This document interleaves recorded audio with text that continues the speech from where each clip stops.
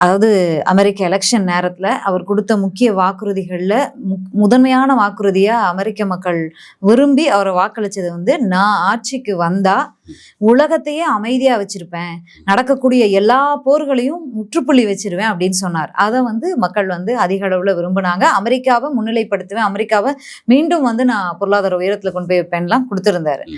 ஆனா அவர் ஆட்சிக்கு வந்ததுல இருந்து தான் அங்கங்க போர்கள் வந்து அதிகமா நடக்கிறத பார்க்க முடியுது. தூண்டி விடுறாரா இல்லை என்ன நடக்குதுன்னா நமக்கு தெரியல. பட் அதுல அவருடைய இன்வால்மெண்ட் இருக்கிறத நம்ம தெளிவாவே புரியுது எல்லாருக்குமே. ஈரான்ல என்ன நடக்குது? சரி, இப்போ நீங்கள் வந்து இதில் நீ சொன்னதில் முக்கியமான ஒரு சொல்லிடலாம்.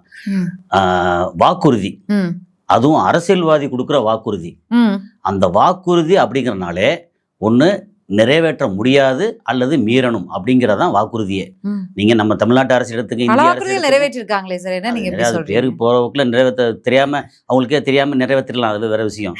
ஆனா வாக்குறுதி அப்படின்னாலே நீங்க வந்து சினிமாவில் ஒரு எலெக்ஷன் நடக்குதுன்னா அங்கே வாக்குறுதி, இல்லை லோக்கலில் ஏதாவது நடக்குதுன்னா அந்த வாக்குறுதி, நாங்கள் இதை பண்ணுவோம் அதை பண்ணுவோம் வந்து வில்லா வளைப்போம் அப்படின்னு சொல்ல வாக்குறுதி அப்படின்னாலே நீங்கள் வந்து மீனிங் என்ன எடுத்துக்கலாம்னா நிறைவேற்ற முடியாது, அது தலைகளை தான் நடக்கும் அப்படிங்கிறது தான் வாக்குறுதி.